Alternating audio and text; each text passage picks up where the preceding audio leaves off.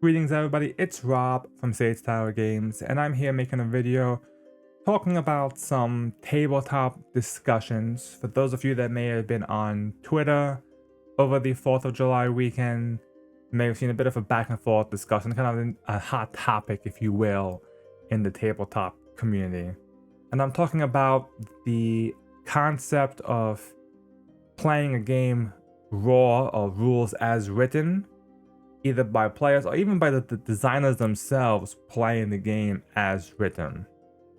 So the first thing I want to say about this is any sort of sweeping generalization statements, no matter what direction they go in, are gonna be wrong. If you say nobody does this, somebody out there definitely probably does it. Let's be real. There's so many different ways to do something or play a game. I'm sure someone out there definitely does it. So any sort of sweeping generalization statements like that are going to automatically fail. However, let's actually look at the actual discussion or the actual content of what is kind of being talked about. And that is playing a game perfectly written as the game is played. Now, yes, many people homebrew things, many people likely modify games. We all do it. That's true. How many people actually track the arrow count in their party or food and rations after like level 5? At that point, the party has enough money, they can just throw a gold at any inn and be like, feed me for a week, and it's be fine. So it kind of becomes pointless to track such meaningless little microtransactions. And most people do that. I know some people do, that want that realistic experience. They track every arrow shot, they track everything like that. So some do it, but obviously some of us do that. And those things, I think, aren't the issue.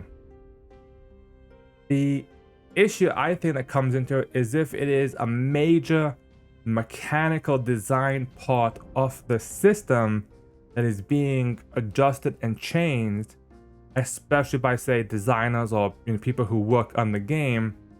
That's where it makes you start to question and start to think why.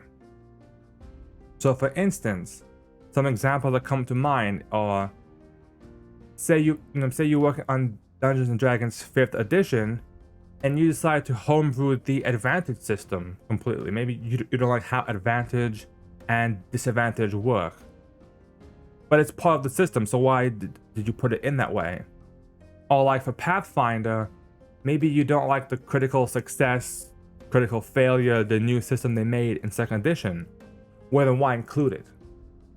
If you yourselves can't do it, then why include it in the system, or just update the system? Now, I know there are some people that do play system as written, and I believe, I may be wrong on this statement, like the Pathfinder Society, Starfinder Society, those organized play systems, I believe those should play raw, or as close to rules as written as possible, because you're supposed to be able to replicate a similar experience for anybody playing that scenario, regardless of who's GMing it, wherever they are in the world. It should be a very similar experience. So I think that's why they you can't deviate too much from the monsters. You have to, the monsters have to be here, the monsters have to be these stats, and so forth. So that is probably closest to rules as written. But major issues like what I talked about, like those mechanical things, that's where you got to question and think, why is that the case? So one example that also comes to mind that people homebrew in a sense, but they probably don't realize it, is dark vision. So for dark vision, I don't know how many people realize this, but dark vision actually, it looks like this. See? Dark vision actually is a monochrome vision. You don't see color in dark vision as written. So whenever you are GMing or playing and you're describing a room to somebody who can only see via dark vision, you technically, as written, shouldn't be mentioning anything color related. It's just a bunch of grays and blacks and very different shades, and that's all they can really see. But how many people remember that and actually follow through with that, right? So let's get it back to color, and then we'll kind of figure out what other situations can we run into. I think that another one that comes to mind is the Pathfinder 1st edition, the Unchained classes. I feel like, again, I could be wrong on this statement, that they realized some classes just didn't play how they wanted them to play. So they created these Unchained versions, Unchained Rogue, Unchained Monk, Unchained Barbarian, even the Summoner, which was kind of more like a chain than Unchained because they kind of nerfed the Summoner. So these Unchained classes made the class a bit more stronger, a bit more useful in combat, and a bit easier to understand. There wasn't as much like bookkeeping needed for some of these classes.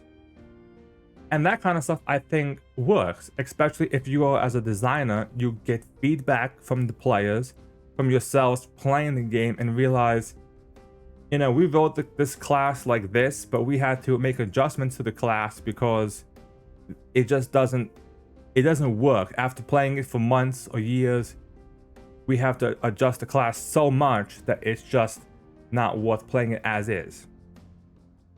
Now, releasing a supplement or an errata, an update, expansion, however you want to talk about it, that is a good idea. That's a good thing to do as a designer, in my opinion.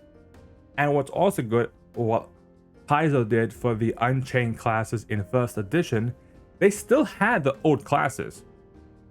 It wasn't like they said, don't ignore those classes. Those classes don't exist. Chain Rogue, you know, we're not looking at you. But you can still play them. Now, obviously, people who look at it, probably most people pick Unchained. It's just better, like flat out better in most cases. However, they still gave you that option. It's still there. And then people who want to play that way can play that way. Simple as that. The last thing I want to talk about for this video is most books these days, most RPG systems have something either in the player's handbook, in the GM guide, whatever similar book of that nature, that say it's your game, it's your table, you can change how you want the game to be. You can change a rule on the fly if you need to, and that's perfectly fine. It's within the rules. Changing a little thing here and there, or, you know, accidentally forgetting a rule or homebrewing a rule because you don't like how XYZ works, is one thing.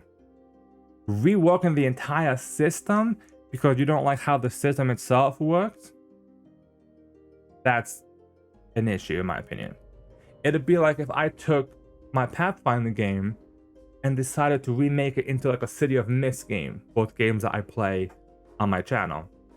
Now, it's completely different systems. Pathfinder is a D20 based system that focuses on typical like D&D mechanics. There's, you know, there's battle maps, there's stats and all that, versus City of Mist, which is more of a power by the apocalypse system with a whole tag and weakness system, and more of a 2d6 based system.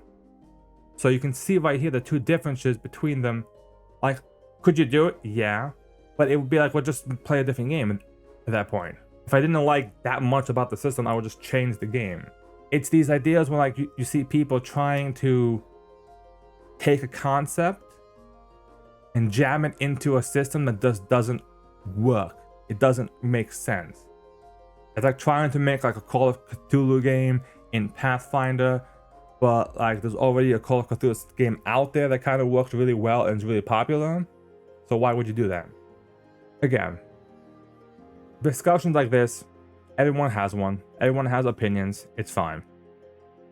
To bring it back to the beginning of this video, blanket statements shouldn't happen. You shouldn't apply a statement that says no one does it, and that's the biggest issue. It's like when we saw discussion, a few weeks ago when they said Pathfinder 2E was dead because I think they were making sales on Humble Bundle. Like, these kind of blanket statements just are very easy to prove wrong, and just you can't say them, no matter what they are. Either direction is wrong. But everybody does homebrew. That's fine. I'm sure GMs Chris Perkins at 5e probably homebrews some stuff at his game. Matt Mercer homebrews a lot on Critical Role, let's be honest.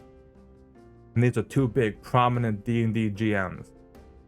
But they don't change the overall system. If they have an issue with the system, they could create something new. Matt Mercer, for instance, created new classes when he needed to.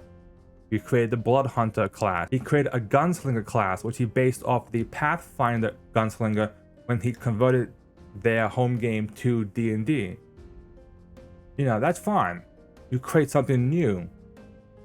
But just to be like, I'm gonna homebrew this and no one plays the game as is bad thinking, in my opinion. I don't know what you guys think about it. Let me know in the comments down below. Be sure to hit the like button and be sure to check out all my other videos on this channel for additional Pathfinder content, tabletop content, and board game content as well. So thank you guys for watching, and I hope you guys enjoyed.